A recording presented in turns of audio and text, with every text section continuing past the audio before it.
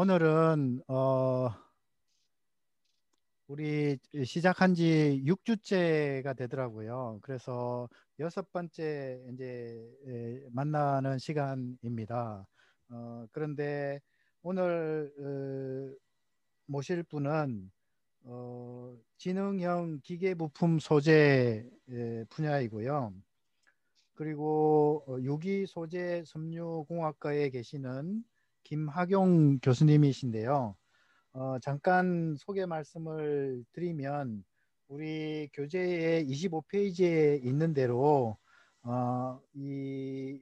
지식재산 관련 즉 기술 사업화 부문에서 탁월한 실적을 내고 계신 교수님이십니다. 국내 특허는 44건이고요. 상당히 많습니다. 외국 특허도 있고요. 기술 이전 5건도 있고요. 특히나 학교 기업을 창업을 하셨는데 교재에 보시면 학교 기업 소개 자료에 15페이지에 보시면 2009년도에 주식회사 우리나노를 이제 창업을 하시고요. 제가 알기로는 몇 년 전에 이미 이제 엑시트까지 성공적으로 했다라고 들었습니다. 그리고 지금 현재는 우리 학교의 BK 사업 단장님을 맡고 계시고요. 분야는 이제 섬유 소재, 나노 섬유, 생분해성 고분자 쪽에 연구 분야를 담당하고 계십니다. 그래서 우리 학교 내 대표적인 지금 이 기술 사업화 분야에 계시는 교수님이십니다. 모두께 김학용 교수님을 소개해 드리겠습니다. 큰 박수로 환영해 주시기 바랍니다.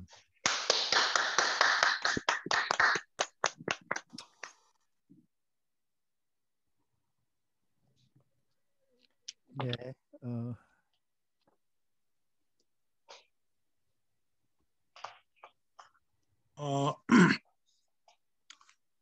방금 소개받은 나노융합과의 김학용입니다. 들리시죠, 배 교수님? 네, 잘 들립니다. 네. 볼륨이 어떤지 잘 모르겠네. 하여간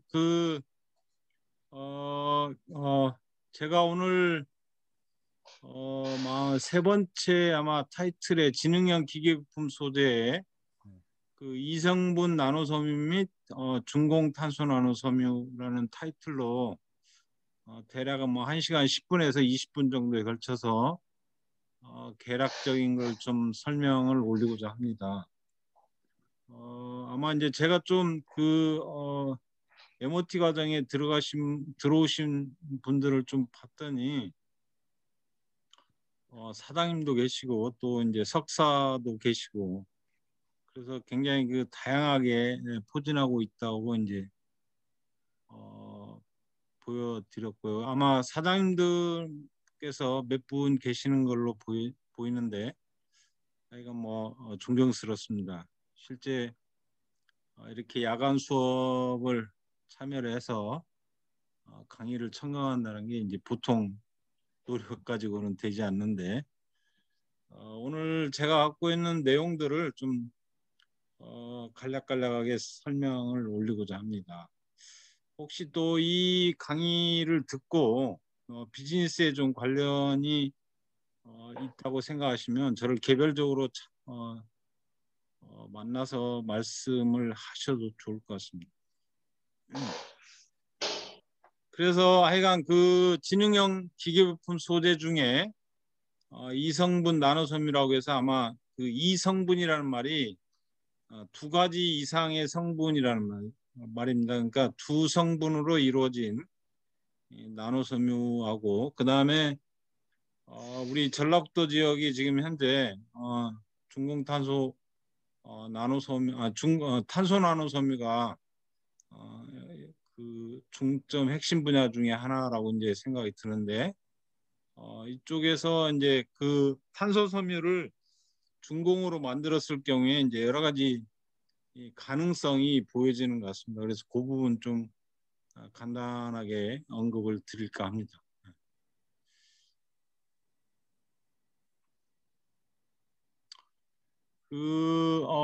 목차는 하여간 역사하고 섬유의 종류, 그다음에 뭐 시장은 제가 뭐 이렇게 잘 알지는 못하지만 개략적인 시장을 말씀드릴 것 같고, 제가 보유하고 있는 지식재산권 좀 설명을 드리고, 그다음에 마지막에 그 응용 쪽에 좀 언급을 할까 합니다. 이게 왜 자꾸 나타나?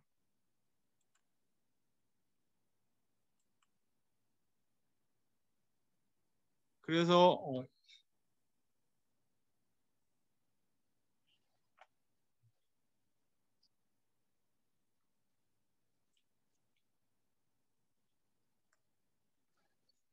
그 전기방사의 역사는 밑에 좀 화면이 잘 공유가 안 되는 것 같아요. 좀 조금 줄일게요.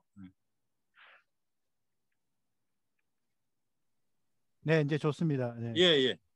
그 네, 다시 역사는 다시 보시면 돌아가 이게 이제 버렸는데. 네. 굉장히 오래된 역사를 갖고 있고, 1931년도부터 이제 출발을 해서 보시면 그 비로소 기계가 나타나게 된 동기가 1934년에 보시면 포말이라는 분이 있는데, 요게 이제 최초로 아마 그 전기방사를 통해서 섬유를 만드는 간단한 방법을 아마 제안을 했던 것 같습니다. 그 다음에 이제 테일러라는 분이, 여러분이 이제 그 어떤 주사바늘 같은데 물방울 같은 걸 액체를 넣으면 물방울이 맺히는데, 거기다가 이제 테일러라는 분이 1964년도에 여기다 이제 전기장을 걸어서 이 물방울의 형태가 어떻게 변하는지를 이제 학문적으로 좀 연구를 했습니다. 그래서 전기방사를 찾아보면 테일러 콘이라는 말을 합니다, 사람들이. 그러니까 보시면 예를 들면 노즐이 있고, 노즐이 이렇게 있고, 여기서 액체를 이렇게 틀려 보내주면 이렇게 이제 방울이 생기는 거죠. 이렇게 방울이 생기는데, 여기다 이제 차지를 걸어줍니다. 차지를 이렇게 걸어주면 이게 이제 여기 이 콘처럼 생긴 게 생긴답니다. 콘처럼 생긴 게. 그래서 이렇게 이제 콘이 생긴다고 현상을 발견했다고 그래서 이 테일러라는 분의 이름을 따서 보통 이제 테일러 콘 이런 말을 씁니다. 그런 다음에 이제 전기장을 여기서 걸어주면 이렇게 이제 스트림이 생깁니다. 이렇게 줄기처럼 줄기가 생기는 거죠. 이렇게. 어쨌든 이렇게 돼서 섬유가 이제 뒤에 가보면 이렇게 밴딩 모션을 한다고 그러는데, 히핑 모션이라는 말을 쓰는데, 이렇게 되면서 섬유가 가늘어지는 현상을 통해서 이와 같이 전기방사가 태동을 하게 된 겁니다. 그 다음에 이제 1981년도에 보시면 아마 그 들어보셨을 거예요. 최근에 마스크가 이제 사람들이 많이 쓰고 있는데, 이 마스크를 쓰다 보면 이게 이제 그 보통 전기방사를 하려면 이 솔벤트에다가 폴리머를 녹여야 됩니다. 녹인다는 의미가 이제 우리말로 하면은 녹인다고 그러지만, 사실은 영어로 하면 솔루블이라는 말, 디졸빙이라는 말을 쓰는데, 우리는 뭐 열을 가해도 뭐 녹는다 이렇게 하고, 어떤 폴리머에다가 솔벤트를 녹여도 녹는다 이렇게 표현하는데, 실제 이제 다른 의미죠. 사실은 이와 같이 용매에다가 폴리머를 이렇게 용해를 해서 용액을 만드는 거는 솔루빌, 용해라는 말을 쓰기도 하고요. 용해. 그 다음에 이제 우리가 열을 가해서 예를 들면은 여러분이 입고 있는 실 같은 걸 만드는 것도 이제 녹는다 이렇게 우리말로 하는데, 이거는 이제 멜팅이라는 말을 씁니다. 용융이라는 말을 쓰죠. 용융.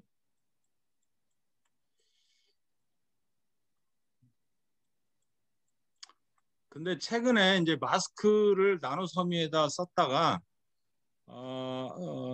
그 대구에 있는 모 연구소가 된통 혼을 났는데, 그거는 예를 들면 이렇게 솔벤트에다 고분자를 용해를 해서 섬유를 만듭니다. 그런데 여기에 보면 이 섬유 중에 이렇게 만들면 용매, 잔류 용매가 남게 되어 있습니다. 여러분이 지금 뭐 이제 감기나 이런 거 걸리면 약을 먹는데 거기에도 항상 용매가 잔류되어 있습니다. 사실은 그러니까 약을 함부로 먹으면 안 되죠. 혹시 이제 약 관련된 분이 있으면 양해를 부탁드리는데 어쨌든 우리가 알게 모르게 이런 솔벤트들은 이제 많이 마시고 있다는 거죠. 그래서 이 솔벤트를 쓰다 보니까 이 솔벤트가 나와 있으니까 그걸 이제 인체에 해롭기 때문에 그런 부분들이 대구에 있는 A 업체가 A라는 기관이 마스크를 만들어서 중고등 학생들한테 줬다가 이게 된통 두드러 맞고 다 해수를 한 거죠. 자, 그러면 그런 걸 이제 방지를 하려면 이 이제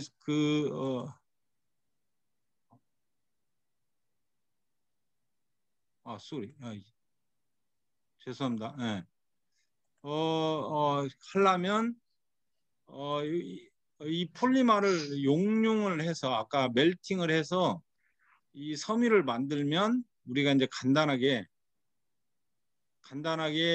솔벤트가 없겠죠. 굉장히 좋기는 한데 이렇게 하면 고분자가 예를 들어서 점도 자체가 굉장히 높습니다. 그러니까 꿀처럼 이렇게 굉장히 찐득찐득해서 이 전기장 애지간한 전기장 하에서는 섬유를 예를 들어서 가느다랗게 뭐 한 2마이 보통 한 5마이크론 이하 1마이크론 이하는 용융체를 가지고 전기방사해서 섬유를 만들기가 굉장히 어렵습니다. 그럼에도 불구하고 이렇게 해서 가느다랗게만 만들 수만 있으면 마스크든 뭐든 여러 가지 용도로 이제 쓸 수 있겠죠.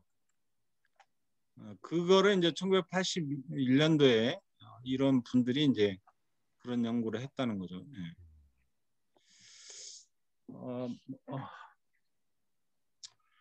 1731년도에 스테픈 그레이라는 분이 이와 같이 작은 입자를 전기적인 힘을 써서 이게 이제 움직인다 이런 걸 좀 발견을 했던가 봐요.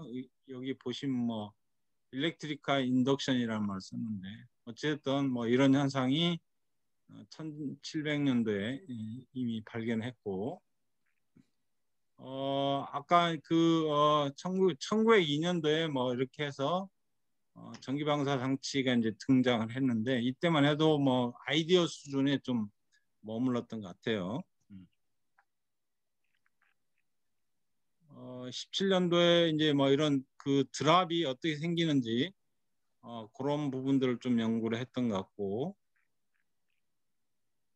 이 보통 이제 전기방사 역사를 보시면 이 포말이라는 분이 이제 등장을 합니다. 이 사람이. 그래서 1934년도에 우리가 현재 쓰고 있는 기계 수준의 그런 것들이 좀 나타납니다. 그래서 뭐 기계적으로 보면 전기방사를 해서 이런 벨트 위에다 이렇게 감아서 뭔가 멤브레인 막처럼 만든다 할지 또는 이런 솔루션에다가 뭐 이렇게 해서 만든다 할지 다양한 아이디어들은 이제 1934년도에 이제 제시를 한 거죠.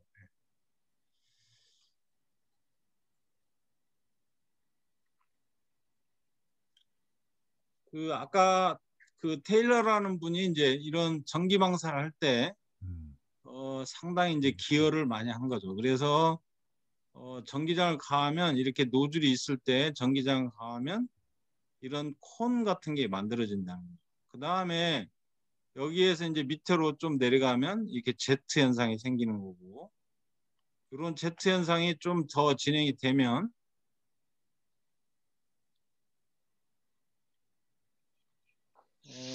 되면 이와 같이 밴딩 인스테빌리티가 생깁니다. 그래서 보시면 이와 같이 섬유가 이렇게 가느다랗게 되는 그런 현상을 볼 수가 있습니다. 그래서 이 일렉트리컬 차지를 걸어주면 이런 어떤 용액에다 차지를 걸어주면 이는 콘이 생기고 이게 제트가 생기고 제트 혹은 스트림 이런 말을 쓰는데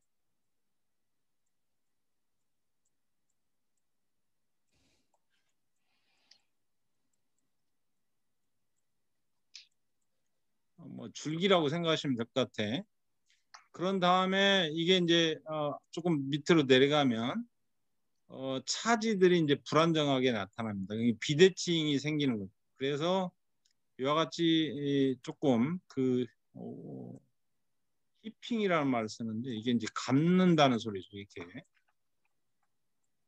똑바로 진행이 되는 게 아니고 이렇게 꼭 팽이가 돌아가듯이 이렇게 도는 불안정성이 나타나는 겁니다. 그래서 이 일렉트로 스피닝의 이제 가장 그 특징 중에 하나가 안정한 상태에서 뭔가 이루어지는 게 아니고 이와 같이 불안정한 상태에서 뭔가 섬유가 만들어지는 그런 특징을 갖고 있습니다.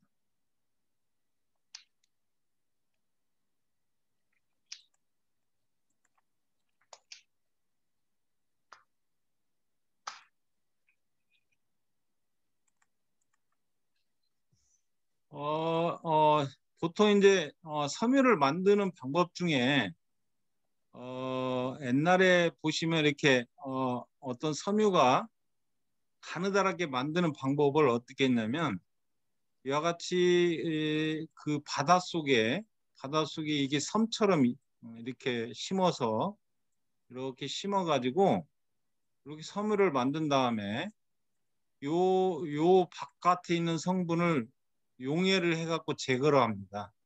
그러니까 솔벤트에다 녹여서 제거를 하면 요 안에 있는 섬유만 남는 거죠. 이렇게 남습니다. 이런 걸 씨 아일랜드라는 말을 썼어요. 씨 이렇게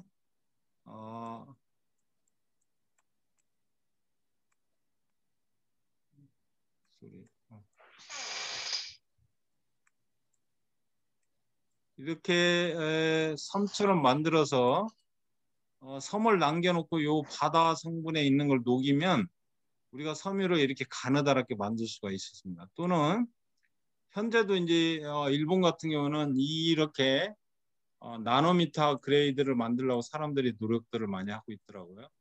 근데 어쨌든 옛날에 보시면 우리가 이제 섬유를 터치를 하다 보면 예를 들면 양모털은 아니겠지만 밍크 같은 거 만져보면 굉장히 부드럽지 않습니까? 이제 그런 형태의 그 촉감을 느끼기 위해서 이와 같이 가느다랗게 만들어서 보통 이런 인조피혁이라고 그러죠.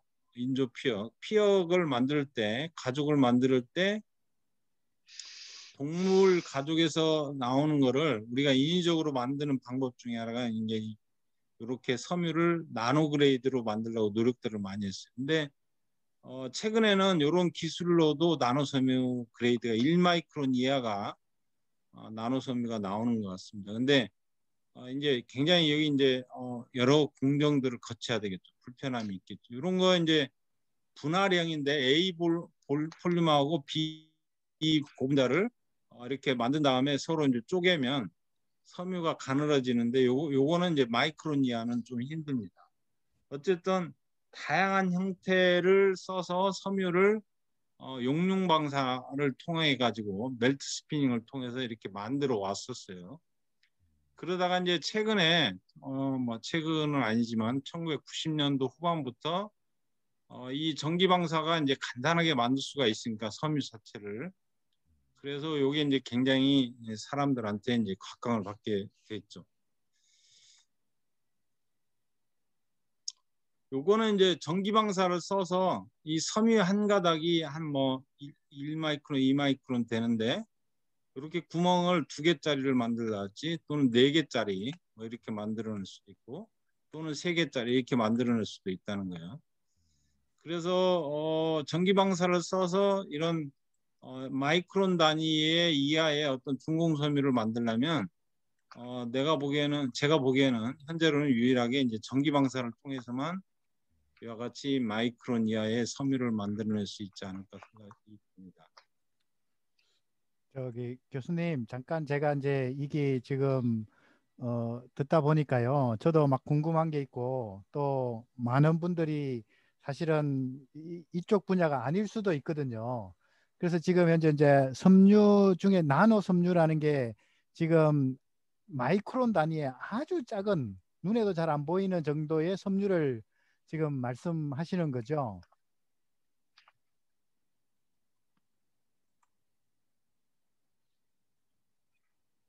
교수님 강의 계속할까요? 네네네. 네. 어, 인트로덕션 부분이라 조금 이제 자세히 설명을 드리는데 네.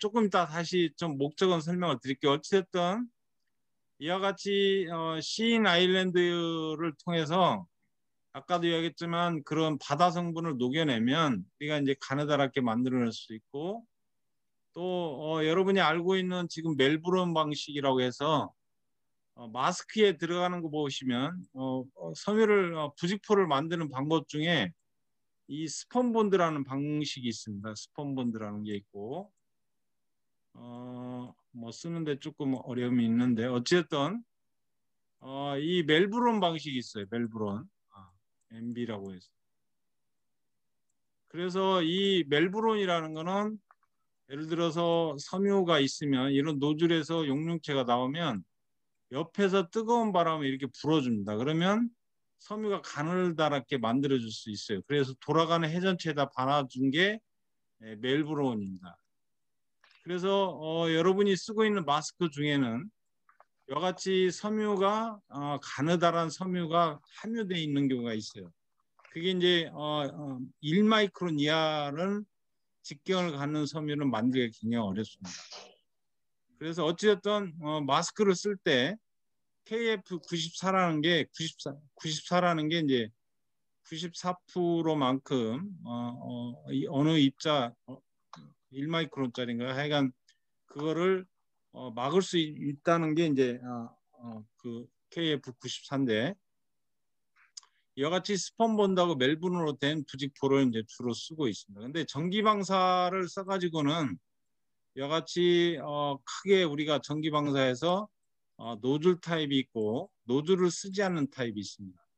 그래서 노즐을 쓰는 경우에는 정교하게 우리가 이제 섬유 컨트롤할 수가 있는데 노즐을 쓰지 않는 경우에는 섬유의 분포도가 좀 높습니다.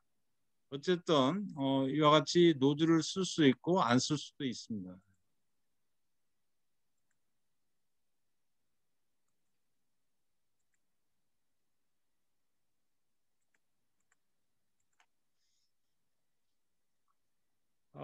나노 섬유의 제법별로 좀 비교를 해놨는데 거기에 보시면 하여간 이와 같이 전기 방사를 해서 하는 부분 중에 가장 큰 문제점의 하나가 뭐냐면 이 생산성이 굉장히 낮습니다.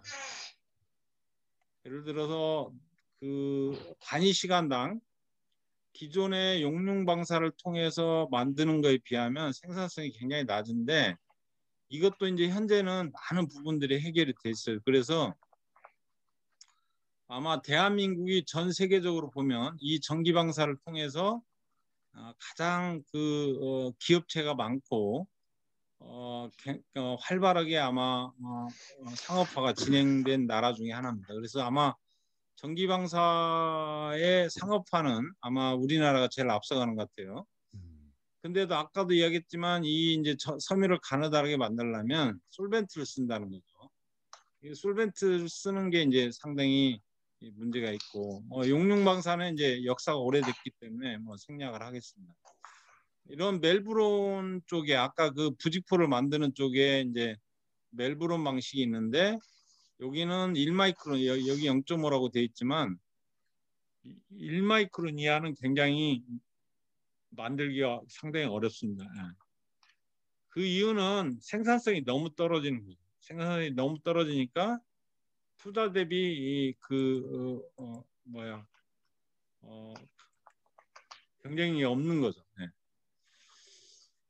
그 나노 섬유는 다양하게 이제 형태들이 있습니다. 이와 같이 섬유를 이렇게 온라인이 안 돼 있는 랜덤하게 분포되어 있는 경우가 있고 이렇게 이제 섬유를 한쪽 방향으로 이렇게 배열할 수도 있고 이렇게 구멍이 뚫려져 있을 수도 있습니다. 이런 구멍이 뚫려져 있는 섬유 같은 경우에는 뭐 VOC를 잡는다 할지 또는 미세먼지를 잡는 데 상당히 유리하겠죠. 또는 뭐 이렇게 구멍이 뚫려져 있는 경우도 있고 이와 같이 굵고 가느다란 부분들이 연속돼서 나올 수도 있고 이렇게 판상 같은 형태로도 나옵니다. 크로스 섹션이 꼭 원형으로만 나오는 건 아니고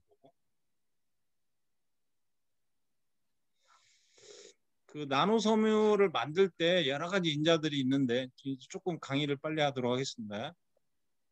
제일 중요한 게 이제 고분자를 어떻게 만드느냐가 가장 중요한 것 중에 하나고 두 번째는 이제 만드는 그 프로세싱 파라메타 공정에서 뭐 예를 들면 볼테이지를 얼마나 가하고 그 다음에 디스턴스를 얼마나 가하고 그 다음에 주변에 습도가 얼마고 뭐 이런 것들이 이제 여러 가지 그 공정 파라메타들이 이제 영향을 줍니다. 첫 번째는 이제 고분자 용액인데 제일 중요한 게 이제 고분자의 점도나 분자량이나 이런 것들이 이제 섬유에 직접적인 영향을 줍니다. 그래서 이와 같이 섬유를 굳게 만들거나 가느다랗게 만들 때 이런 고분자의 농도랄지 또는 고분자의 분자량이랄지 이런 것들이 섬유의 직경을 좌지우지합니다.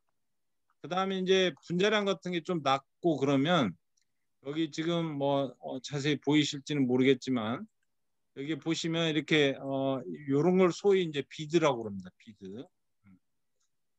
이렇게 섬유가 일정하게 나오는 게 아니고 이렇게 나왔다가 이렇게 구슬처럼 생긴 게 나왔다 이렇게 나오기도 합니다.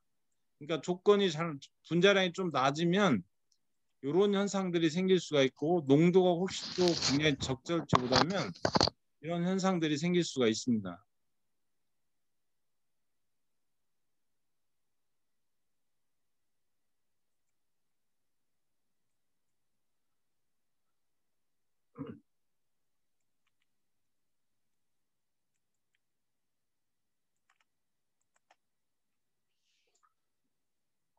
아까도 이야기했지만 그 분자량하고 용액 점도가 섬유의 그 직경에 가장 큰 영향을 주는 인자 중에 하나입니다.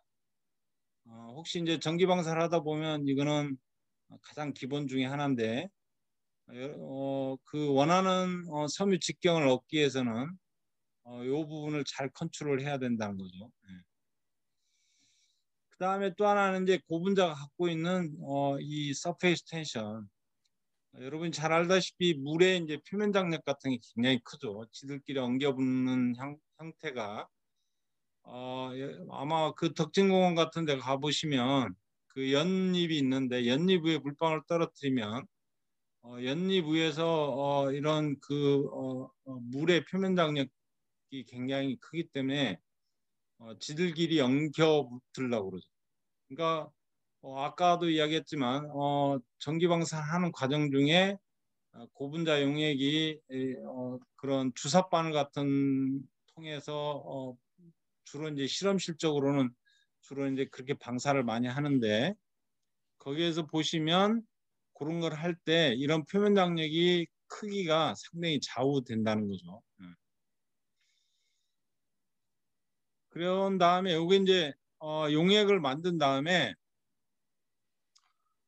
섬유를 가느다랗게 만들려면 이 전기 전도도가 굉장히 우수해야 됩니다. 그래서 전기 전도도가 우수해야만 실제로 우리가 그 섬유를 가느다랗게 만들 수가 있죠.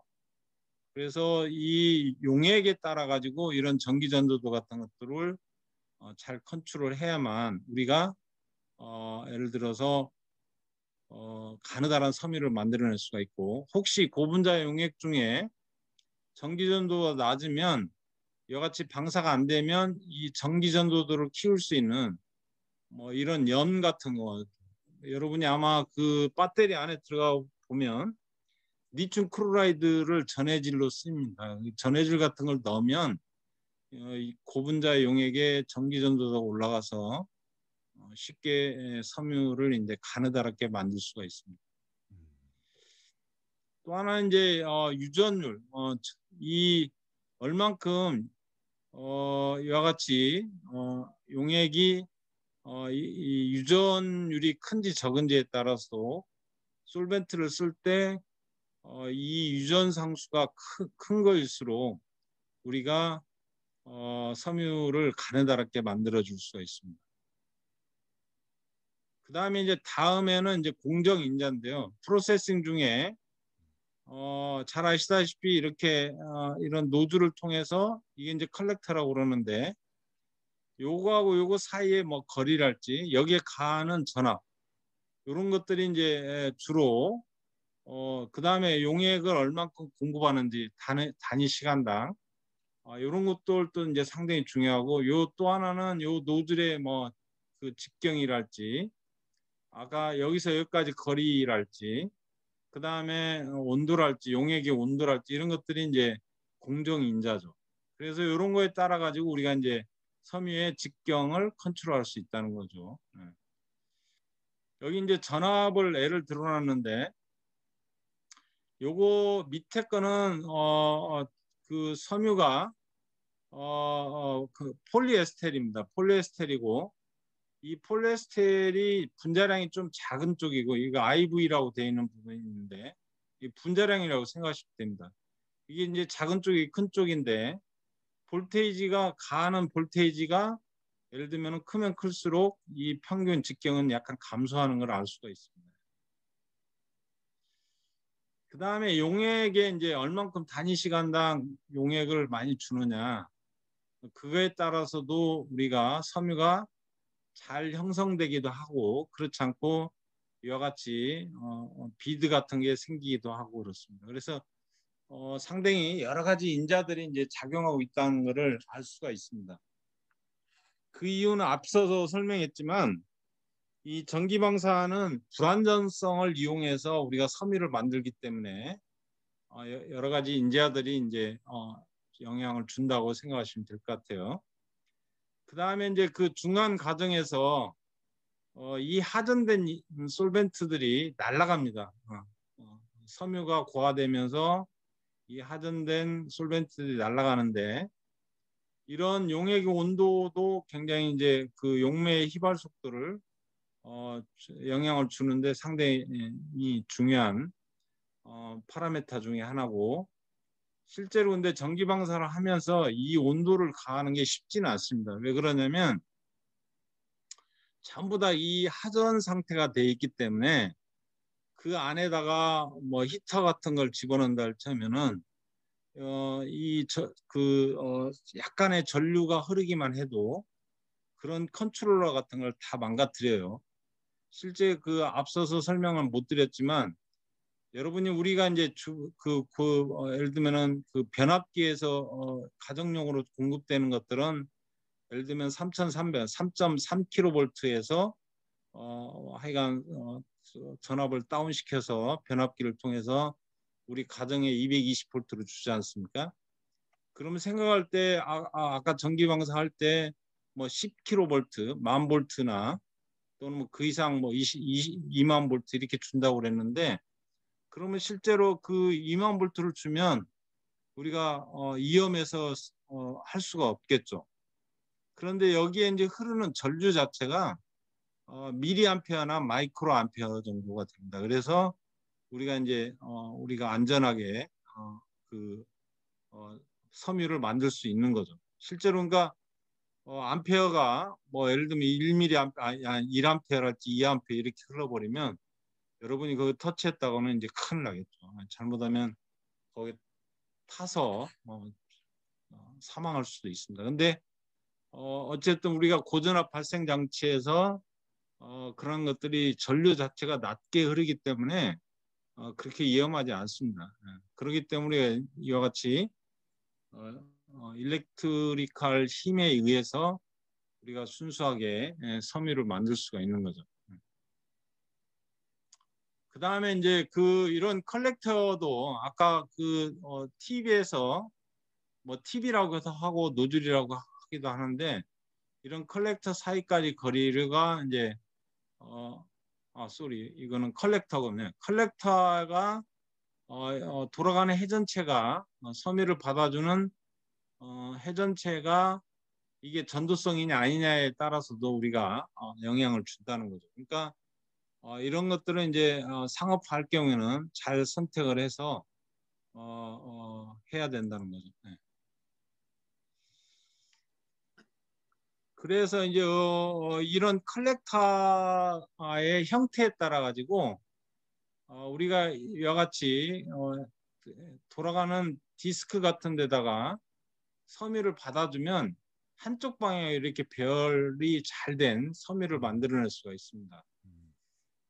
그래서 이렇게 랜덤하게 분포되어 있는 어떤 이런 섬유막으로 얇은 30 마이크론 정도의 두께를 갖고 있는 섬유상으로 되어 있는 것들도 만들어낼 수도 있고, 이와 같이 한쪽 방향으로 섬유들이 잘 배열되어 있는 것들을 이제 만들어낼 수도 있겠죠.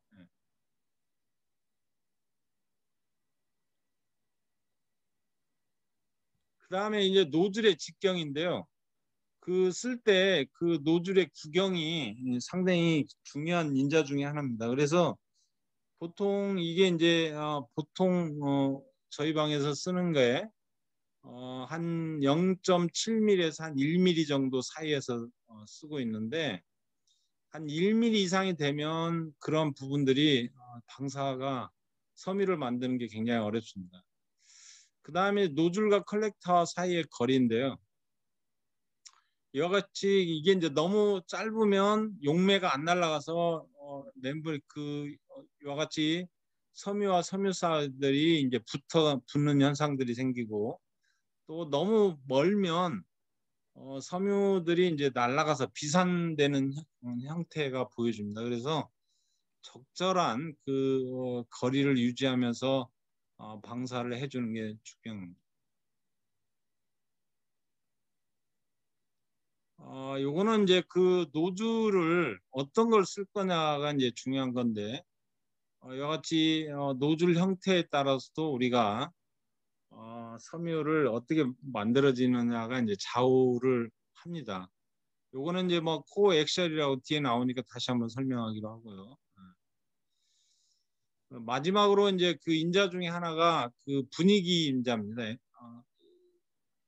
그래서 보면은 중요한 것 중에 하나가 보면은 습도가 많은 날은 이와 같이 섬유가 잘 안 만들어집니다. 우리 학생들이 이제 비 오는 날은 보면은 이와 같이 방사가 섬유가 잘 안 만들어진다고 이제 컴플레인을 해요. 그 이유는 뭐냐면 아까 솔벤트가 날아가면서 하전을 띄는데, 이 하전된 것이 습도가 이게 이제 다 중화를 시켜버리죠. 그러니까 이 일렉트로스택 포스가 섬유 만드는데 영향을 줘야 되는데, 그 힘이 이제 예를 들면 약해지는 거죠. 그렇기 때문에 섬유 자체를 만들 수가 없는 거예요. 이게 지금 습도가 적을 때하고 많을 때 섬유의 형태를 보여주는데, 습도가 많으면 이와 같이 잘 안 날아가서 이런 기공 같은 걸 표면에 만들어 줍니다. 그래서 이런 습도 영향도 상당히 중요한 인자 중에 하나예요. 그다음에 뭐 대기도 있고 뭐 압력도 있는데, 어쨌든 어떤 박스 안에서 압력을 가해서 할 때하고 안 할 때하고 좀 차이가 난다 할지, 이런 것들이 이제 영향을 줄 수 있다는 거죠. 예. 조금 정의가 좀 뒤늦게 나와서 미안한데, 우리가 이제 나노 입자라고 하면 보통 1에서 한 100나노미터 정도의 직경을 갖고 있는 거를 크기를 갖고 있는 거, 직경이 아니죠. 직경이 맞겠네요. 나노 입자를 하면 100나노미터 이하의 직경을 갖고 있는 거를 나노 입자라고 평합니다. 대부분 나노 섬유도 이제 이 기준에 따라야 되는데, 섬유를 하신 분들은 이렇게 생각을 안 해요. 1에서 100나노미터 이하를 만들기가 굉장히 어렵고, 카본 나노 튜브 같은 것들은 여러분이 아마 이제 애를 풀 수가 있는데, CNT라고 부르지 카본 나노 파이버라고 부르지는 않습니다.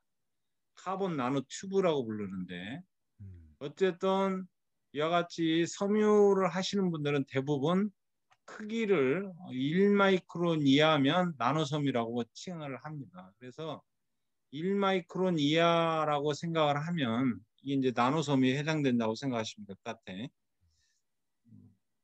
그래서 이 나노섬유라는 거는 이와 같이 직경에 비해서 비표면적이 굉장히 커지죠. 굉장히 커지고 그렇게 해서 이제 다양한 형태로 쓰일 수가 있다는 겁니다. 예.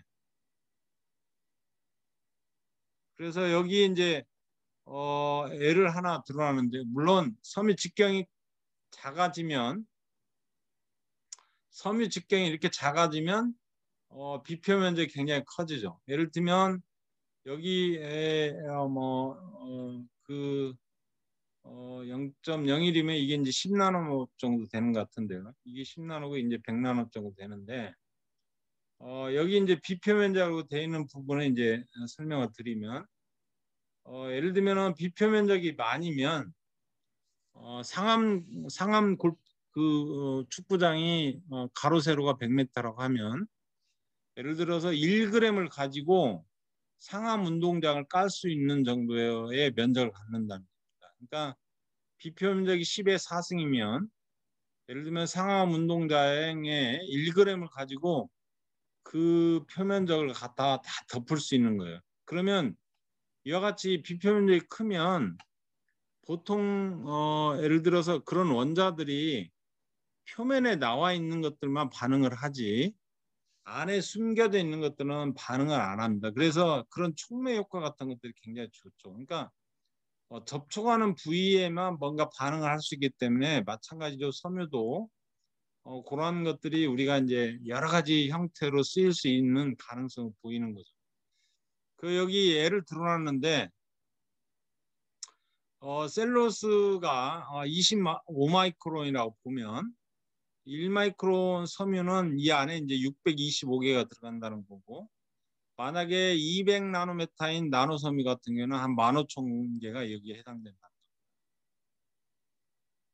하나 예를 들어놨고 여기 크기별로 이제 쭉 설명을 해놨습니다. 이거 뭐 참조를 하십시오. 보통 이제 1나노메타라 하면 뭐 설명을 많이 들어봤을 거예요. 10 to 마이너스 9메타입니다. 그러니까 10억 분의 1메타가 1나노메타. 그러니까 요거보다 조금 작은 게 이제 원자라고 생각하시면 된다. 그러니까 1나노메타 정도 되면 원자가 5개에서 한 10개 정도 모아져 있는 그 크기라고 생각하면 되고 보통 이제 100나노 뭐 한 이 정도 되면 원자가 뭐 몇 개 정도 되나요? 한 3, 400개 되나요? 뭐 이 정도 모아져 있는 크기라고 생각하시면 될 것 같아요. 어쨌든 여기 크기별로 쭉 되어 있으니까 참조하시기 바랍니다. 나노 섬유를 보시면 뭐 이렇게 쭉 이제 되어 있고 여기 탄소하고 이제 좀 비교를 해놓은 것 같아요. 참조해 주시기 바라고.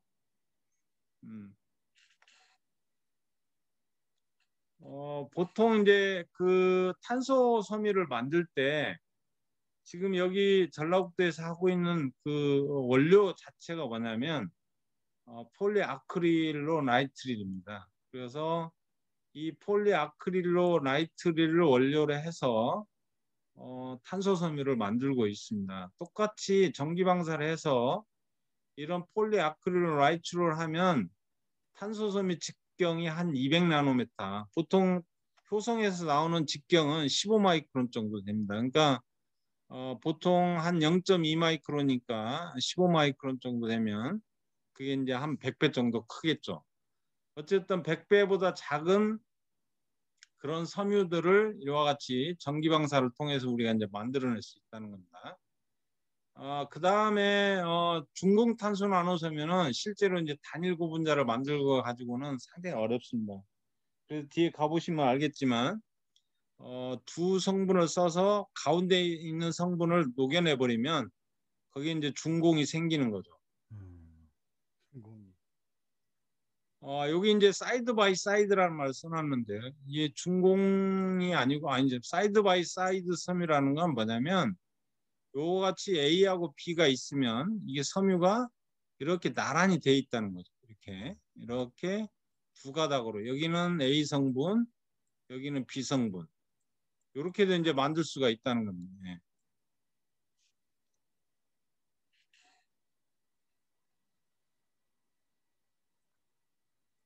그게 이제 사이드 바이 사이드입니다. 예. 그렇게 해서 이런 섬유들은 이제 우리가 어디다 쓸 수 있냐면 예를 들면 가령 예를 들면 여기는 친수성이고 여기는 소수성인 섬유를 만들어서 소수죠. 소수 소리. 예.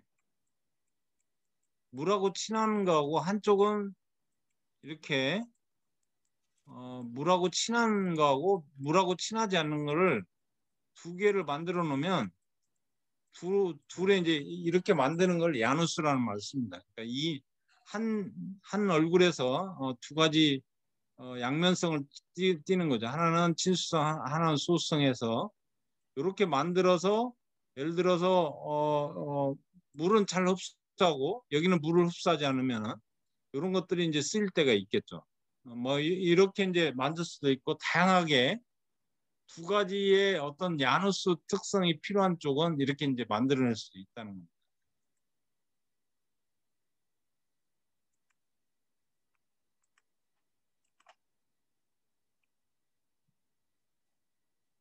이건 좀 생략할게요. 예. 아까 그 시스코아는 예를 들면은 한 가지 성분하고 두 가지 성분이 있는데 이렇게 보면 여기는 A고 여기는 B죠. 이렇게 B죠. 그래서 A하고 B를 따로따로 집어넣어서 여기 이제 여기가 중공이고 아니 여기 가운데고 바깥입니다 이게. 그러니까 여기는 A 성분이고 여기는 B 성분이 되는 거죠. 이렇게 해서 1마이크론 이하짜리를 써서 우리가 이제 만들어낼 수가 있습니다. 가령 예를 들면 요 B 성분을 제거를 해버리면 이렇게 구멍이 뚫려져 있는 이런 섬유가 만들어지는 거죠. 그래서 이와 같이 이런 것들을 탄소 섬유로 만들면 여기 이제 구멍이 뚫려져 있고 그러니까 굉장히 VOC 같은 걸 흡착을 잘할 거고 뭐 이런 다양한 특성들을 우리가 이제 발휘할 수 있다는 거죠. 예.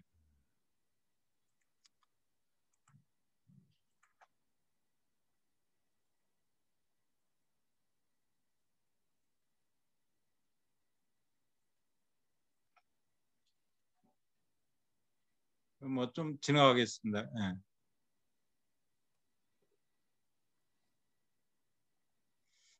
탄소 쪽에 이제 관심이 좀 있으실 것 같아서 이와 같이 탄소 섬유를 만드는 방법을 간략하게 좀 설명을 드리면 이와 같이 아까 폴리아크릴 레이틀 같은 섬유를 전기 방사를 하고 이와 같이 안정화를 합니다. 안정화를 하는데 뒤에 아마 화학식이 나오니까 그때 다시 설명을 하고 그 다음에 이걸 이제 1000도나 1100도 정도에서 태웁니다. 그러면 이렇게 식으면 탄소 섬유가 만들어지는 거죠. 그래서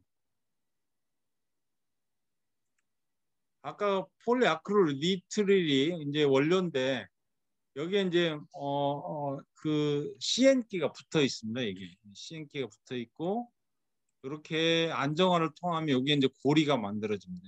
고리가 그렇게 해서 이걸 태워버리면 요 N이 날아가는 거죠. 이게 날아간다고 날아가 버려서 육각형의 탄소 섬유가 만들어집니다. 대략적으로 이 안정화는 200에서 300도 정도로 하는 거고 탄화 공정은 한 1000도 정도로 합니다. 그래서 요거는 이제 예를 들면 그 불활성 가스라고 해서 이런 질소 분위기에서 주로 이제 진행을 하는 거죠. 그래서 중공탄소나노섬이 아까 말씀드렸다시피 이와 같이 바깥쪽은 폴리아크릴 탄소섬유의 원료를 집어넣고 안쪽은 이와 같이 녹여낼 수 있는 폴리메틸 메타아크릴레이트 같은 걸 써서 이 가운데 있는 섬유를 녹여내 버리면 우리가 중공을 만들어낼 수가 있는 거죠. 중공을 만들어낼 수 있습니다. 그래서 여기 이제 보시면 이와 같이 섬유를 만들어냈고 여기 섬유가 이렇게 생겼고 보통 한 300에서 400나노 정도 돼요. 안정화시키고 이게 노랗게 변하고 탄화로 하면 이게 이제 100에서 한 200나노 정도가 형성이 됩니다. 그래서 이런 중공 탄소 나노 섬유는 앞서도 이야기했지만 그 VOC 같은 걸 제거하는데 아주 탁월한 능력이 있고 또 하나는 이 냄새 제거가 이제 굉장히 탁월합니다. 이와 같이 냄새 제거가 냄새 나는 그런 쪽에 이제 활용도가 굉장히 크리라고 생각을 해요. 그래서 뭐 요양원 같은 예를 들면은 그 침대 카바랄지 하여간 냄새 나는 쪽은 굉장히 탁월하고 또 하나는 잘 알다시피 탄소는 전도성이 굉장히 좋습니다. 전기를 잘 통하기 때문에 발열하는 시트 같은 것도 이제 만들어낼 수 있죠. 여기 지금 여기 이제 구멍이 뚫려 있는 걸 볼 수가 있을 거예요. 예. 그렇고 하고 이제 탄소는 잘 알다시피 이게 이제 만들어질 때 가장 그 해결해야 될 원인 그 허들 중에 하나가 그 해결해야 할 것 중에 하나가 뭐냐면 탄소는 잘 부스러집니다. 예. 해결할 과제가 있는데 이게 이제 부스러진다는 거예요. 만들어 놓으면 이게 부스러져 가지고 우리의 형태 유지가 굉장히 어렵습니다. 그래서 어떻게든 이게 이제 유연하게 만드는 게 이제 관건이에요. 유연하게. 유연성을 부여를 해야만 전도성이 좋기 때문에 배터리에 뭐 음극재가 됐든 양극재가 됐든 간에 그런 지지체로 쓸 수가 있습니다. 근데 이게 이제 만들기가 굉장히 어렵습니다. 그래서 중공으로 만들면 조금 이게 이제 좋아지는데 그 이유는 뭐냐면 대나무를 꺾다 보면 대나무에 보시면 이제 마디가 있지 않습니까? 그러니까 대나무를 휘어도 잘 부러지지 않는 이유는 중공이 비어 있기 때문에 그런 거예요. 여러분이 아마 잔디를 밟아도 잔디가 이렇게 서 있는데 발로 쭉 밟아도 이게 이제 극복을 하지 않습니까? 그 이유는 뭐냐면 잔디를 뜯어보면 잔디도 중공입니다. 그래서 그런 중공이 있으면 상당 부분 이제 회복력이 굉장히 뛰어납니다. 그래서 이런 탄소 섬유도 중공 형태로 만들어주면 상당 부분 문제가 해결되는 것 같아요. 그렇지만 완전히 해결되지는 않습니다. 그래서 우리 방에서 아직도 이런 유연성을 증가시키기 위해서 다양한 방법들을 연구를 하고 있는데 최근에 그런 부분들은 많이 해결을 한 것 같아요. 그래서 이런 그 굉장히 유연성 있는 탄소나노 섬유에 이루어진 이런 시트를 만들면 예를 들면은 발열체랄지 VOC 제거랄지 냄새 제거랄지 뭐 이런 것들 다양한 용도로 또는 전도성이 우수하기 때문에 뭐 그 퓨얼셀이랄지 또는 뭐 아까 배터리랄지 이런 쪽에 전극 재료로 상당히 써먹을 수 있지 않을까 생각을 하고 있습니다.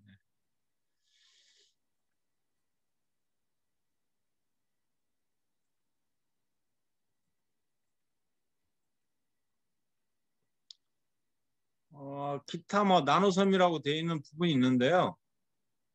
전기 방사를 통해서 다 유기만 만들 수 있는 건 아닙니다. 유기만 만들 수 있는 건 아니고 뭐 TiO2랄지 또는 SiO2랄지 뭐 이런 무기섬유도 다 만들어냅니다. 만들어내는데 그 만들어진 섬유가 지금도 해결이 안 된 부분이 있는데 똑같습니다. 탄소도 아까도 만들어 놓으면 이게 이제 다 부서진다고 그랬죠. 네, 탄소 나노 섬유도 다 나노 그레이드이기 때문에 이건 TiO2든 SiO2든 모두 무기물들이 이렇게 만들어 놓으면 세라믹이 됐든 금속이 됐든 간에 산화물이 됐든 간에 이게 시트로 만들어 놓으면 이게 다 부스러집니다. 부스러져 가지고 용도를 쓰는데 제한적이에요. 어떻게든 이거를 형태 유지를 하면서 유연하게만 만들면 굉장히 써먹을 때는 많습니다. 요즘에 뭐 탄소 중립해서 뭐 정부에서 탄소 중립이라는 말을 쓰는데 어쨌든 발전소 같은데 석탄 때우면 엄청나게 CO2 같은 게 많이 나오지 않습니까? 뭐 그런 캡처할지 그런 오염물질들을 다 잡아낼 수가 있죠. 근데 현재는 이렇게 이런 세라믹이 됐든 금속이 됐든 간에 뭐 그나마 탄소와 나노섬유는 상당히 유연성이 좋은데 이런 무기질로 이루어진 어떤 멤브레인 같은 경우에는 현재도 이렇게 형태 유지를 하는 게 굉장히 어렵습니다. 그래서 그런 연구들은 상당히 우리가 잘만 되면 굉장히 이제 용도가 많기 때문에 그런 쪽은 예를 들어서 가능성이 많은 보이는 것 같아요. 연구할 가치가 굉장히 높은 것 같아요. 이와 같이 두 성분이 아니고 세 성분도 가능합니다. 이렇게 세 가지 성분을 따로따로 넣어가지고 A, B, C를 넣어서 뭐 해서 우리가 만들 수도 있다는 거죠. 뭐 이거는 예를 보여준 거니까 참조로 하시기 바랍니다. 뭐 좀 생략하기로 하고요. 네.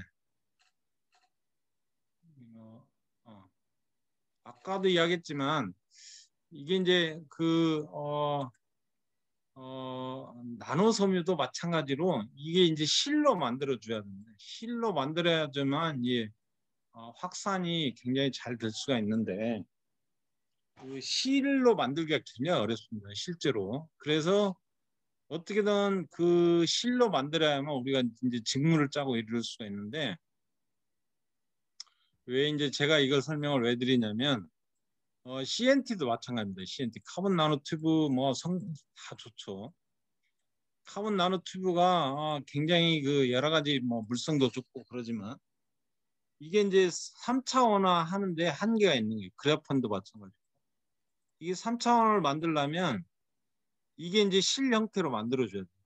우리가 눈에 띄는 실 형태로 만들어줘야 하는데 하여간 그 미국에 갑자기 생각을 안 나는데 이 CNT를 만드는 쪽이 그 액정을 만들어 가지고 실을 만드는 데 성공을 했어요. 이게 이제 뭐 여러분이 잘 알고 있는 그 미국의 대학이 갑자기 생각 안 나는데 어쨌든 요 CNT가 이렇게 실을 만들어 주니까 이제 쓰일 때가 많아지는 거죠. 이게 왜 그러냐면 전도성이 굉장히 좋거든. 근데 CNT가 과거에는 아직도 근데 이건 상업화하려면 아직도 좀 멀은 것 같아요. 그래서 이 CNT가 이제 이런 필름이나 이런 게 넣어서 이제 쓰는 데가 한계가 있기 때문에 이런 구조체로 만든 3차원 구조체로 만드는 게 굉장히 중요한데 여기 나노섬유도 마찬가지입니다. 이 나노섬유 무기가 됐든 유기가 됐든 간에 이런 나노섬유를 실로 만들지 않으면 이것도 이제 쓰는 데가 한계가 있는 거죠. 필름 형태나 멤브레인 막처럼 만들어지기 때문에 그런 부분들이 용도를 확장을 하려면 어떻게든 실을 만들어야 되는데 이를 실을 만들려면 한쪽 방향 이렇게 얼라인을 해서 그걸 꼬을 수밖에 없는데 이게 이제 만만치가 않습니다. 아까 요걸 설명을 못한 것 같은데 전기방사를 하다 보면 아까 이제 이렇게 쌓인다고 그랬죠. 이게 노즐이 있고 여기서 이렇게 쌓인다고 그랬죠. 근데 여기서 여기까지 거리가 얼마 정도 되냐면 50cm 미만이에요. 0.5m 미만. 대략적으로 한 0.3m 정도에서 이제 방사를 하는데 이 0.3m 내에서 뭔가 집어넣어서 뭘 하고 이런 게 쉽지가 않습니다. 해보면 쉽지가 않아서 아직도 전 세계적으로 이 나노섬유를 가지고 양산화를 실로 만들어서 양산화는 그러니까 성공한 회사는 아직은 없는 것 같아요. 그렇지만 이 멤브레인으로 성공한 회사들은 대한민국 제일 많이 갖고 있습니다. 그래서 앞으로 이런 부분들은 상당히 연구할 가치가 있다고 저는 나름대로 생각을 합니다. 여기 나노섬유 시장은 뭐 대략적으로 좀 있으니까 참조를 해주시기 바랍니다. 이거는 뭐 탄소섬인데요. 참조해 주시고 대부분 탄소섬유는 이게 전라북도에 제일 많다고 그래요. 예. 뭐 큰 업체는 효성 말고는 뭐 이렇게 크다지 보이지는 않지만 어쨌든 전라북도에 탄소 섬유 업체들이 꽤 많다는 거니까 아까도 그 나노 섬유를 가지고 이런 중공 탄소 나노 섬유를 만들었을 경우에는 용도가 많기 때문에 이런 부분들은 이제 향후에 어떻게 생산해서 어떻게 판매할 건가가 이제 굉장히 중요한 것 같아요. 뭐 여기 보시면 나노섬유 시장은 뭐 2021년 한 20억 정도 이를 거라고 예상을 하는데 항상 예상은 좀 뻥튀기 하는 것 같아요. 실제 나노섬유가 가장 많이 쓰이는 쪽은 그 어디에서 제일 많이 쓰냐면 여러분 그 비 올 때 등산복으로 입고 다니는 고아텍스 아시죠? 고아텍스 꼭 뭐 상품명처럼 이제 알고 계시는데 이 등산복에 입을 때 고아텍스를 입으신 분들이 불만이 뭐냐면 이제 투습 방수포라고 그럽니다. 그러니까 인체에 있는 습기는 빠져나가고 예를 들면 비는 막아주는 그걸 우리말로는 투습 방수포라고 그러는데 이 고아텍스는 이제 기공이 굉장히 작습니다. 그래서 비가 온 날 땀이 나면 이게 배출을 못합니다. 실제로 입어보면 배출을 못해가지고 물이 흥건히 젖는 현상이 생기는데 요 나노 섬유를 가지고 보통 이제 폴리우레탄을 가지고 만드는데 폴리우레탄을 가지고 이와 같이 만들어주면 우리가 그 대체품으로 쓸 수가 있는 거죠. 그래서 굉장히 그 효과가 좋습니다. 이 습기가 잘 빠져나가. 이게 제일 큰 시장이에요. 현재로는. 이제 필터 시장은 아마 나노 섬유하면 뭐 마스크랄지 필터 시장을 생각하실 것 같은데 이 필터 시장은 기존에 있는 매체에다가 약간만 뿌려주는 겁니다. 예를 들면은 뭐 그 스퀘어 미터당 1g 정도 이렇게 뿌려주면 거기에 이제 이런 나노 기공들이 생기기 때문에 이런 1마이크론 이하의 입자 같은 걸 잘 막아주거든요. 그런데 이 시장 해봐야 1m에 1g 미만을 뿌려주는데 뭔가 얼마나 부가가치가 있겠습니까? 그래서 필터 시장은 필터 업체가 하지 않으면은 운반비가 엄청나게 들어가서 이제 조금 힘든 것 같아요. 원가 싸움이 너무 부담스럽고. 그래서 이제 주로 에너지나 의료 쪽이 이제 굉장히 쓰일세가 많은 것 같아요. 왜냐하면 의료 쪽은 뭐냐면 스캐폴더라고 아마 들어보셨을 거예요. 예를 들면 뭐 귀가 있으면 귀의 형태를 키우기 위해서 그런 스템셀 같은 것들을 귀 형태를 만들어서 나노섬유로 된 귀의 형태를 만들어서 그렇게 키워가지고 이제 귀를 대체하는 거죠. 뭐 이제 이런 것을 스캐폴드라고 그래요. 그래서 그런 3차원 구조체를 만들어주면 세포가 성장하는데 굉장히 도움을 준다는 거예요. 잘 붙고 뭐 이런 것들이 이제 상당히 고부가치이기 때문에 에너지랄지 의료 쪽에 주로 이제 부가가치를 달성할 수 있을 것 같습니다.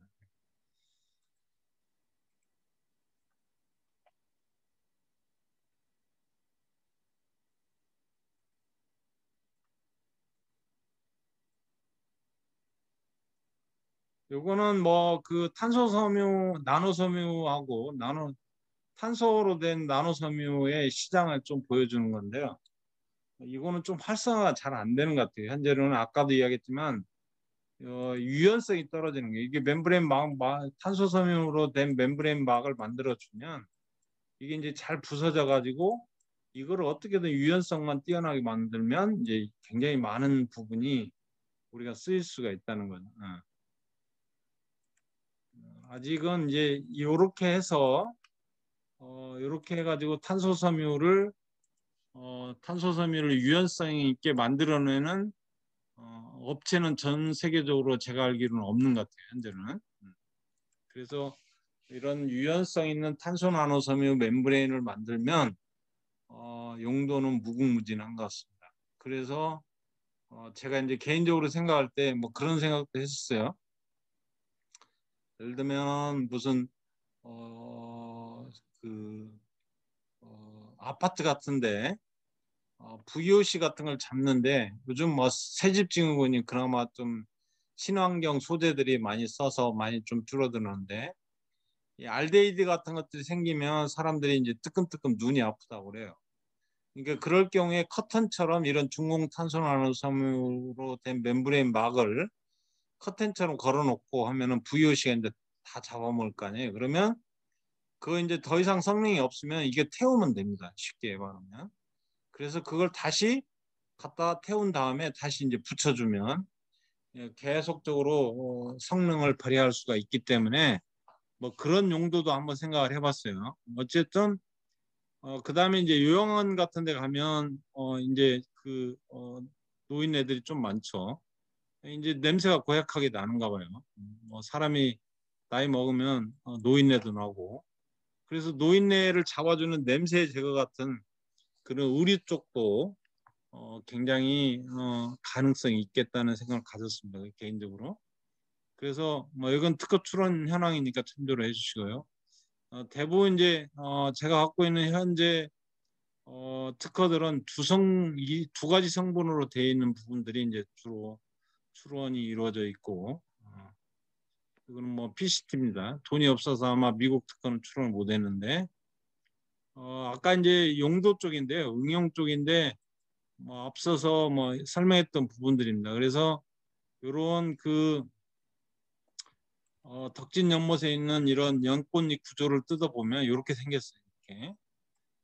나노 구조하고 이런 매크로한 구조, 마이크로 구조들이 섞여 있는 그런 구조입니다. 그래서 이런 것들을 이제 하면 이런 연꽃잎 구조를 흉내를 내주면 우리가 이제 추수방수모 파업 같은 걸 만들어낼 수 있다는 거예요. 그래서 이런 것들을 하면 우리가 이런 연꽃잎 구조 같은 걸 흉내낼 수 있다는 거죠.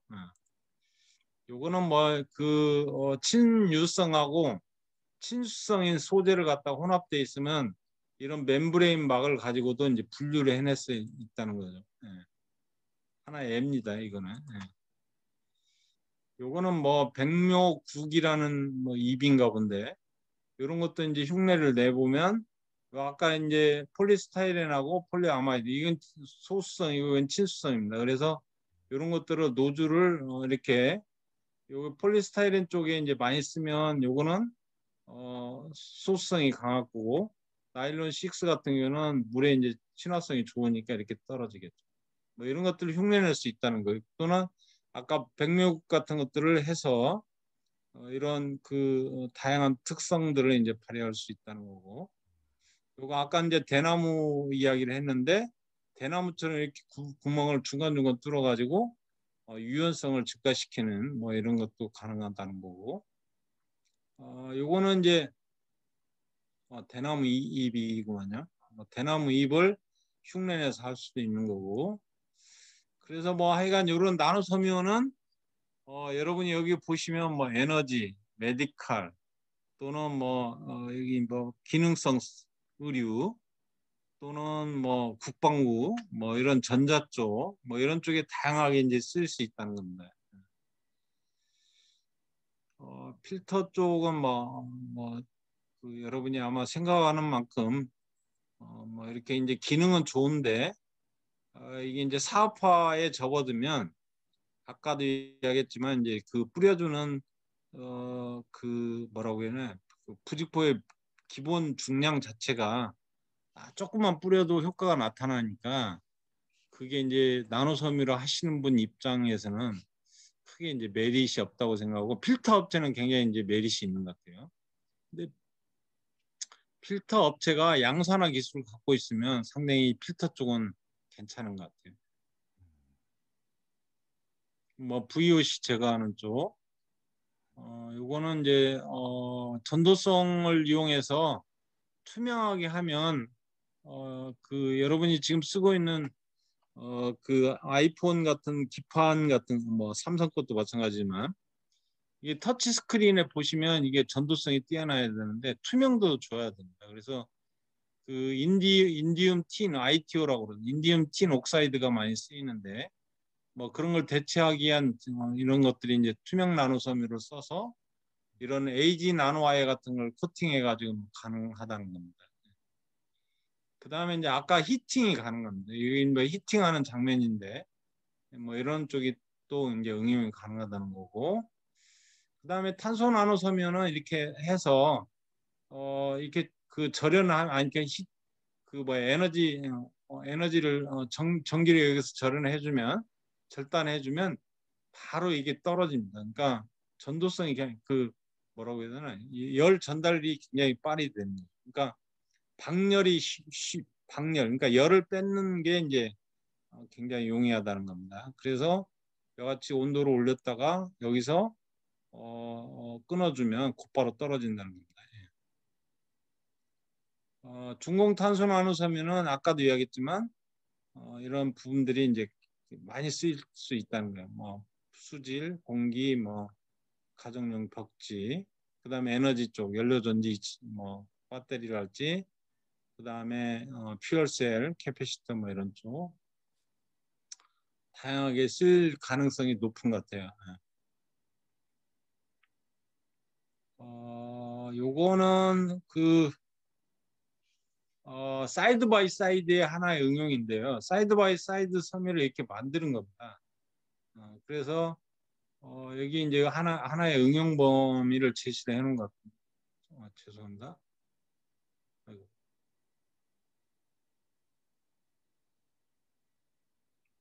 왜 안 넘어가죠?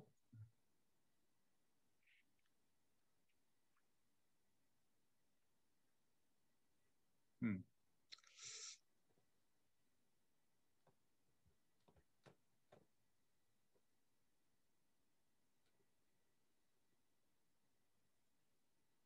이게는 뭐냐면 이 한쪽은 예를 들어서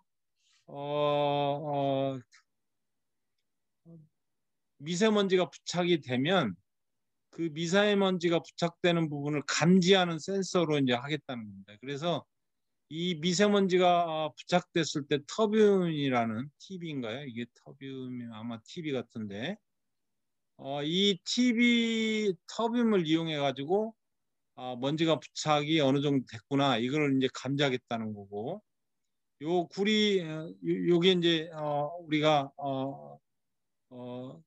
볼 수 있다는 겁니다. 그러니까 그 미세먼지가 얼만큼 붙어 있는가를 우리가 볼 수가 있고 미세먼지를 한쪽은 이제 부착시키게끔 하는 게 이제 이런 구리하고 금속이 이런 그 MOF라고 그러죠. 메탈하고 오게닉이 프레임워크를 이루는 쪽을 써가지고 하나는 발광을 하게끔 먼지가 부착되면 발광을 하게끔 하면 먼지가 어느 정도 부착되어 있는 거 우리가 볼 수 있다는 거죠. 그래서 센서 같은 걸로 이제 적용을 해보겠다는 겁니다. 그래서 필터 성능을 아마 비교를 해놓은 것 같아요, 이게.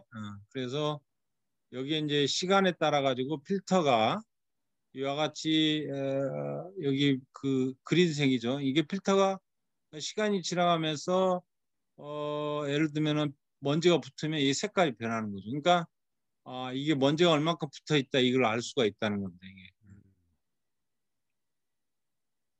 이거는 이제 강촉매를 쓸 수 있다는 거예요. 한쪽은 가시광선에서 분해가 이루어지게 하고 다른 한쪽은 UV 하에서 그 분해가 이루어지면 보통 이제 광촉매 효과가 대부분은 에너지가 높은 자외선에서만 쪼여주면 뭔가 이제 분해가 이루어지는데 이쪽은 이제 전 영역입니다. 한쪽은 자외선, 한쪽은 가시광선 하에서 분해가 이루어질 수 있는 사이드 바이 사이드를 하면 가시광선부터 자외선까지 모든 영역에 걸쳐서 분해가 이루어지기 때문에 우리가 다양한 이런 그 웨이브 랭스에서 이런 광촉매를 발휘할 수 있지 않냐 해서 만들어진 겁니다. 요거는 이제 보여준 거고요. 요거는 이제 우리 방에서 이게 보통 여러분이 우리가 쓰고 있는 LED의 구조가 보면 굉장히 복잡합니다. 근데 뭐 시간이 없어서 거의 끝나가기 때문에 자세한 이야기는 못 하겠지만 우리 방에서 이런 섬유를 RGB를 구현한 거죠. 그러니까 예를 들면 빛의 삼원색은 RGB인데 RGB, 레드, 그린, 블루입니다. 이렇게 세 가지를 섞어 놓은 게 지금 우리가 쓰고 있는 LED죠. 이 LED를 섬유화해서 우리가 여기다 전기를 가해주면 이렇게 백색광을 발휘를 한 겁니다. 그래서 세 가지 성분을 아까 알, 그린, 블루 이 세 가지 성분을 한 노즐에서 방사를 해가지고 이렇게 하면 우리가 이와 같이 백색광을 발휘할 수 있다는 걸 보여준 겁니다.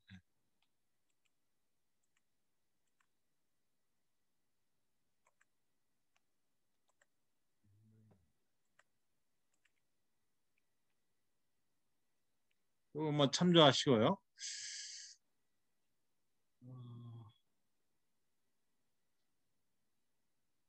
이것도 이제 뭐 시스코아에서 광촉매를 보여준 것 같아요. 참조하시기 바라고. 이것도 비슷한 거고. 광택모가 이제 이와 같이 시간에 따라서 이렇게 광택모 효과가 나타나는 것을 이 색상으로 알 수가 있죠. 예. 시간 관계상 이런 슈퍼캡을 써서 이와 같이 중공 안에다가 이런 금속들을 키워가지고 이와 같이 플러스하고 마이너스 극을 만들어서 우리가 이런 슈퍼캡을 만들어낼 수 있다는 거. 슈퍼캡은 잘 아시겠지만 이와 같이 한쪽은 플러스 한쪽은 마이너스가 해서 이 순간적으로 이게 이제 플러스하고 마이너스에서 보출력이 나오는 게 슈퍼캡입니다. 어쨌든 이런 것들은 이제 섬유를 이용해 갖고 이런 중국 탄소 섬유를 이용해서 쓸 수 있다는 거 응용 예를 보여준 건데 이것도 이제 비슷한 거고요. 예. 이거는 단열재로 쓸 수 있는 가능성을 보여준 겁니다. 그러니까 단열 효과를 보여준 거죠. 이것은 아마도 SiC를 써서 한 것 같기도 한데요. SiC를 실리콘 카바이드로 이루어진 어떤 단열재를 탄소 나노 섬유 아니 참 이런 중공 섬유로 만들어서 우리가 이제 보여준 겁니다. 그 중공 탄소 나노 섬유는 이제 불에 이렇게 태운 다음에 이제 보여준 거고요.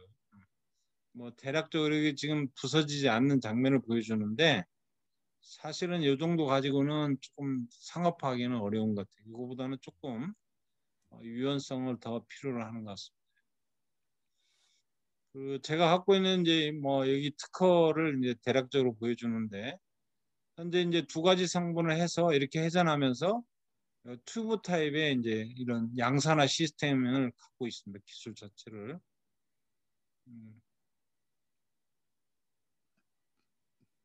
아까도 이야기했지만 이제 탄소 나노 섬유에 허들 하나가 있는데 유연성하고 이게 부서진다고 그랬죠. 뭐 유연성하고 강도를 올리는 방법 중에 하나가 있는데 실제로 한 20메가파스칼 이상을 올릴 수가 있어서 이 상업화가 좀 가능할 것 같아요. 네.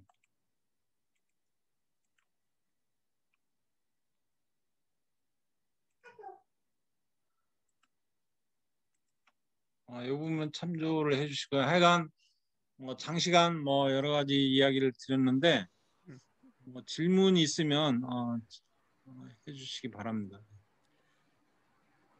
네, 이게 상당히 그 어려운 내용을 이렇게 그래도 처음부터 끝까지 쭉 설명해 주셔서 너무 감사를 드립니다. 우리 그 전라북도가 탄소 산업의 메카로 만들려고 노력을 하고 있고 또한 지금 최근에 탄소 기술원이 한국탄소산업진흥원으로도 바뀌고 해서 상당히 이쪽 분야 산업이 우리 전라북도의 핵심 산업으로 되어져 있는 것 같은데 오늘 그 산업에서 필요한 핵심 기술들을 쭉 다 자세히 설명을 해주셔서 너무 감사를 드립니다. 뭐 이렇게 먼저 이렇게 학생분들이 질문을 해도 좋을 것 같은데 저도 이제 이렇게 들으면서 너무 재밌게 들었고 또 질문 상황이 사실 이제 지금 오늘 말씀해 주신 많은 내용들이 지금 학교에서 이제 연구를 하고 어느 정도 이제 신소재, 신물질을 만든 것까지는 이제 이해가 잘 되는데요. 그거를 이제 어떻게 보면 아까 말하는 탄소 산업진흥원까지 이렇게 이제 만들고 했는데 그것이 이제 산업화가 되기까지는 아직 제가 이렇게 그냥 느끼기에도 아까 말씀하신 뭐 허들 같은 게 상당히 많이 있는 것 같은데 그 어떤 허들이 극복이 되려면 어떤 것들이 극복이 돼야 되며 그 극복하는데 걸리는 시간이 얼마 정도 걸릴까가 조금 궁금합니다. 그래서 혹시 그거를 말씀해 주실 수 있는지. 우리 배 교수님께서 뭐 굉장히 중요한 질문을 해주신 것 같은데, 이 아까 폴리아크릴은 탄소 원료이기 때문에 이제 어느 정도 이게 이런 것들은 이제 확보가 되어 있습니다. 그 다음에 그 탄소 나노 섬유를 만들기 위한 그런 펜이라고 소위 그러니까 전구체라는 말을 많이 쓰는데요. 그 전구체를 써서 섬유를 만들고 그런 나노 섬유로 이루어진 멤브레인 같은 것들을 만들 수는 있어요. 양산화 기술은 갖고 있습니다. 그런데 그 이후에 이게 이제 부서지잖아요. 부서지는데 그 부서지는 정도를 어느 정도 이제 해결을 해야 되는데 그게 실험실적으로 됐다고 그래서 곧바로 상업화에 적용할 수 있는 부분은 아니고 그 부분이 이제 아까 안정화하고 탄화없는 그런 프로세싱들이 이제 장비가 굉장히 고가입니다. 그래서 1차적으로는 이제 투자비가 필요하다는 말씀을 드릴 수 있고 그런 것들이 이제 용도가 아무래도 탄소를 만들다 보면 천도나 이런 데서 구워 탄화라고 하죠.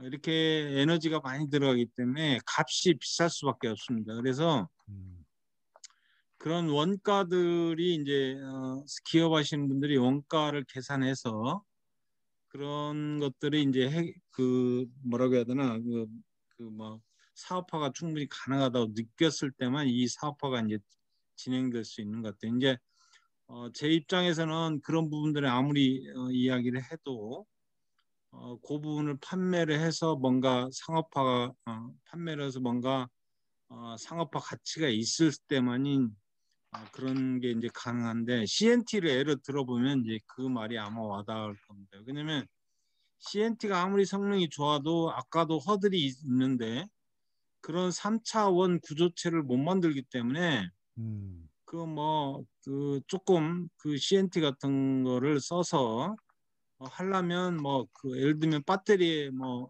소재로 쓴다 그러면 기존에 있는 배터리 업체들이 원가를 계산해서 CNT가 아무리 성능이 2배 올라가더라도 원가 싸움에서 밀리면 그걸 절대 쓰지 않습니다. 그러니까 비슷한 이치죠. 그러니까 아무리 성능이 좋아도 그런 부분들이 기존에 있는 제품들에 비해서 가격 대비 성능이 어느 정도를 했을 경우에 그게 이제 극복할 수 있느냐가 이제 관건인 것 같아요. 근데 제가 이제 개인적으로 생각할 때 예를 들면 전라도가 예를 들어 요양원이 있다. 요양원에 있으면 냄새가 나니까 그런 냄새를 제거하기 위한 복지 차원으로 집어넣었을 때 그런 부분들을 도나 시에서 어느 정도 보조금을 지불해서 사업화를 이끌 수 있는 방법도 있지 않겠냐는 생각을 저는 개인적으로 해왔어요. 이게 그런 틈새 시장들이 있으니까 네네. 그런 것들은 얼마든지 가능하지 않을까 싶습니다. 그러니까 실제로는 뭐 이게 투자 비용이 이제 싸움인데 그런 투자를 할 수 있는 여력들이 있는 기업들이 있다면 그런 부분들은 뭐 한 2, 3년 내에도 충분히 양산화해서 제품화까지 갈 수 있지 않을까 싶습니다. 그러니까 이제 어떻게 보면 어떤 그 실로 만들지 않고 아까 멤브레인이라고 말씀하셨는데 어떤 이제 필터나 또는 이제 그 저기 마스크나 뭐 요 정도 수준에서 그러니까 아까 지금 요양원에 쓰는 것도 일종의 이제 그런 냄새를 잡는 것이나 VOC를 잡는 것이나 이런 필터 역할을 하는 거지 않습니까?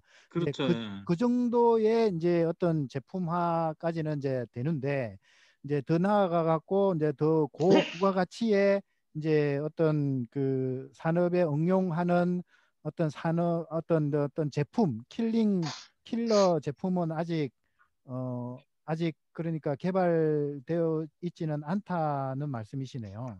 그렇죠. 이제 실로 만드는 거는 아직은 좀 어려운 것 같아요. 네. 아, 네, 네, 네. 예, 알겠습니다. 혹시 뭐 저기 다른 네, 분 혹시 질문이 있으시면 질문을 좀 해야 되겠습니다. 네, 네, 네, 네, 네. 그 아주 흥미롭게 잘 들었습니다. 근데 제가 개인적으로 탄소 그라파이트 샤프트 골프채 그 특허를 가지고 있습니다. 골프채라는 그 특성이 세게 휘둘러서 복원력이 빨라야 하거든요. 네. 근데 이제 아까 교수님 말씀 중에 준공이 있으면 회복력이 뛰어나다고 말씀하셨어요. 예, 예. 예, 그 잔디라든지 대나무라든지 예를 들면서 했는데 유연성이 증가되고 하는데 제가 가지고 있는 특허는 골프채 탄소 섬유가 길게 돼 있으니까 그 충격이 팔로 다 올라와요. 예, 예. 예, 그래서 엘보가 걸리고 뭐 그런 수도 있는데 막 뒷땅도 치고 하니까 그래서 제가 그립 밑부분에 한 20cm 가량을 티타늄 섬유 메쉬로 감았더니 음, 충격이 싹 없어졌어요. 예. 그랬더니 그 부분만큼은 아주 샤프트한데 거기다가 준공을 더 가하고 가벼운 섬유를 쓸 수 있는 것이 어떤 것이 있을까 제가 연구 중에 있습니다. 거기 참고될 만한 무슨 조언이 있으시면 좀 듣고 싶습니다. 실제로 그러니까 사장님께서 그 중간 부분에 타이타늄을 쓰셨다고 그러는데 예, 예, 그 좀 더 좋게 이제 뭐 모르겠습니다. 이거는 이제 해봐야 되겠지만 그 유연성 부분이 보강을 하시려면 멀티 중공 같은 것을 도입을 해서 예. 뭐 될지 안 될지는 모르겠습니다. 근데 나노 섬유는 가능합니다. 근데 나노 섬유를 써서 아까도 이야기했지만 뭔가 시트를 만들려면 자꾸 부서져요. 부서져서 형태 안정성이 없기 때문에 지금 사장님이 원하는 쪽은 좀 어려울지 않을까 싶습니다. 예. 그래서 지금 제가 그 에코융합 섬유 연구원하고 이제 상의를 좀 하려는 것이 그 충격을 완전히 흡수를 해가지고 예. 아주 더 샤프트하게 하고 가볍게 하고 복원력이 우수하게 하고 반발력이 뛰어나게 하려면 음. 지금 그 우리 그 익산에 그 한지 섬유가 있어요. 예. 예. 매일 마감을 탄소로 해놔놓고 맨 위에 마감을 한지 섬유 메쉬로 감으면 예. 아주 충격은 영 없어질 거 아니냐. 가볍고 거기까지는 생각을 했습니다. 사업화가 되도록. 그런데 뭐 해보셔야 할 것 같네요. 또 딴 섬유가 뭐가 있는가 하고 제가 자꾸 예, 그 들었습니다. 바살트 같은 게 있습니다. 바살트. 예, 예. 바살트가 왜 중요하냐면 그 뭐지 그 테니스 있죠. 테니스 예, 라켓. 예, 예.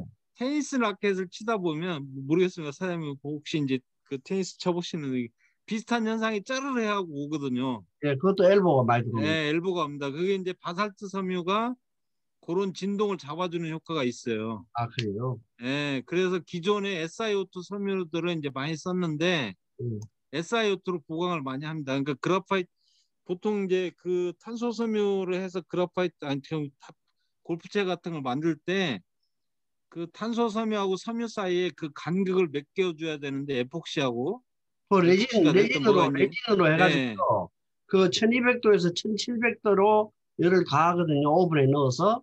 예, 그래서 레진이 싹 그 공간을 다 흡수시키고 메워주기 때문에 예. 그걸 활용을 합니다.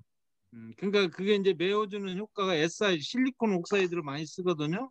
예, SiO2를. 예. 근데 그거를 이제 보통 그 바살트 섬유로 해가지고 많이 좋아졌다고 그래요.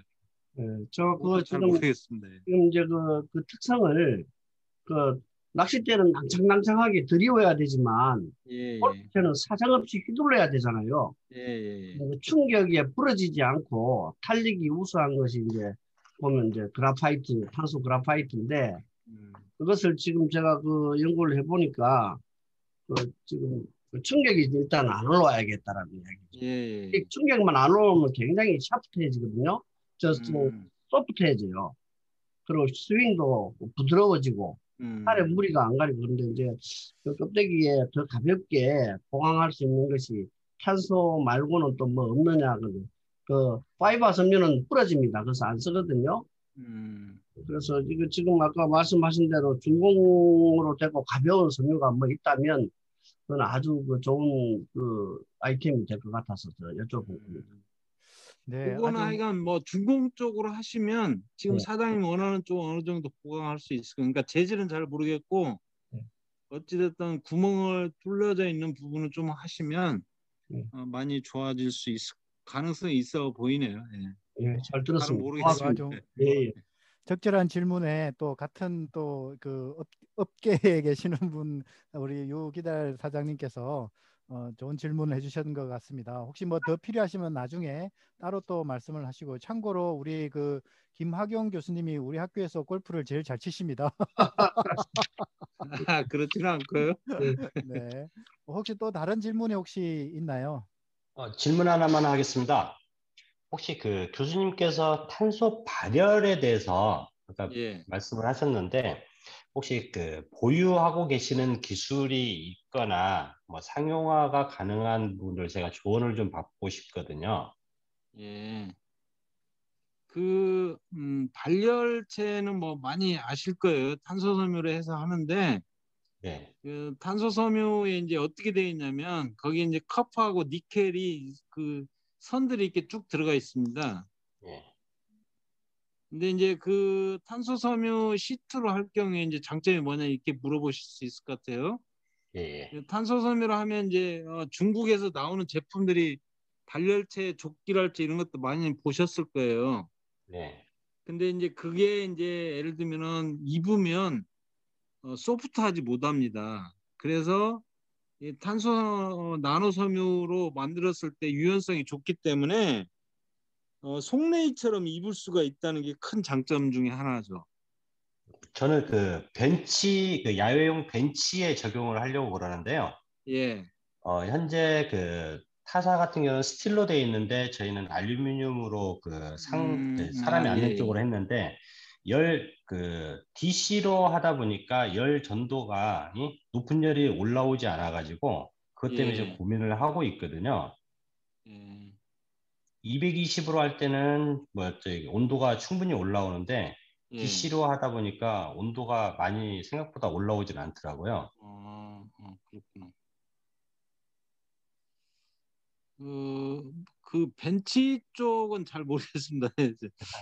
근데 가격 경쟁력이 이쪽에 탄소섬유 해가지고는 나노섬유로는 가격 경쟁력 되기가 좀 쉬워 보이진 않은데.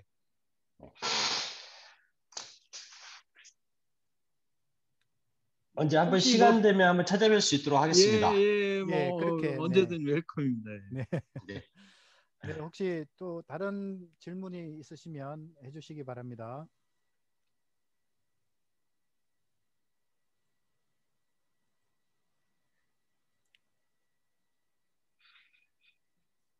예, 제가 이제 이렇게 처음 자료를 받아보고 이게 너무 기술적이고 이게 되게 조금 우리 수준을 넘어서는 거 아닌가 사실 걱정도 많이 했습니다.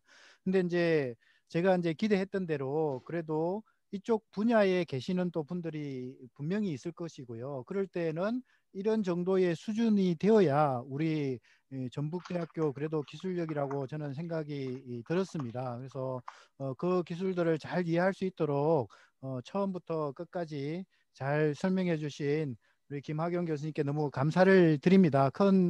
이제 잘 안 들릴 수도 있지만 큰 박수로 이렇게 감사를 표해 주시면 좋겠습니다. 네. 예, 감사합니다. 네. 밤늦게까지 네. 경청해 주셔서 감사드립니다. 네, 너무 감사합니다. 수고하셨습니다. 네. 네, 감사합니다. 수고하셨습니다. 네. 예, 수고하셨습니다. 네. 감사합니다.